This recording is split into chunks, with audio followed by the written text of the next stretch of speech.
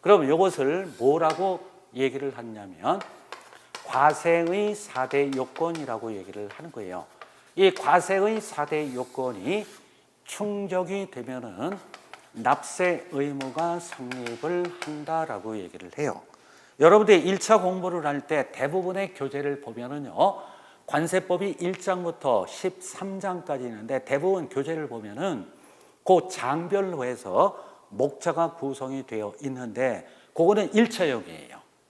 1차형이에요. 그러나 2차의 경우는 분명히 그 장별로 공부를 해서는 안 되고 수입 물품에 대한 그것을 조세 법률 관계, 즉 수입 물품에 대한 관세 법률 관계라고 해서 그 조세 법률 관계의 변동이 어떻게 되느냐라고 하는 것을 2차 때는 여러분들이 알고 있어야 각각의 내용을 쓸 때에 그러한 부분이 서설 부분이다 아니면 뭐 개요 부분이다 의 부분이다 개념 부분에서 나오는 그러한 부분이에요. 그럼 여기서 얘기를 했던 부분이 이 과세의 4대 요건이 충족이 되면 납세 의무가 성립을 한다. 그럴 때 납세 의무의 성립에 대해서 써라 라고 할 때 개요 부분은 자, 수입 물품에 대해서 과세 관청이 소정의 관세를 부과 징수를 하려면 과세의 4대 요건이 충족하여야 한다라고 하는 것이 납세 의무의 성립에 대한 개요 부분, 즉 서설 부분에 대해서 쓴다라는 얘기예요. 여기서 모든 것이 관세 부분이 이루어진다라고 하는 거예요.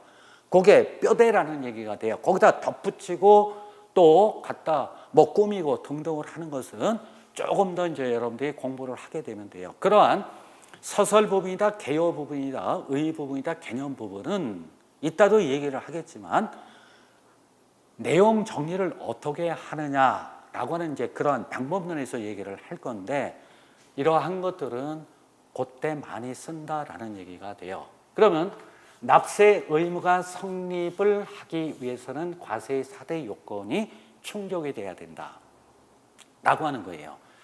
자, 그러면은 이렇게 과세의 4대 요건이 충족이 되면 납세 의무자가 스스로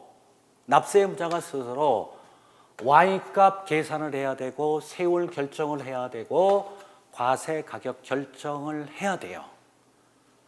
옛날에는 지금부터 20년 전에는 Y는 이꼬로 AX라고 하는 것을 세관청이 전부 계산을 해서 그 물품을 수입한 화주한테 이 물품에 대해서 납부해야 할 관세가 얼마니까 존말할 때 납기량에 납부를 하라라고 하는 거예요. 그 내용이 여러분들이 나중에 확정 부분에서 관세법 39조 1항에 규정이 되어 있는 부과고지 제도라고 얘기를 하는 거예요. 근데 지금은 그것이 원칙이 아니라 그 물품을 수입 신고하는 때의 화주가 모든 것을 결정을 해요.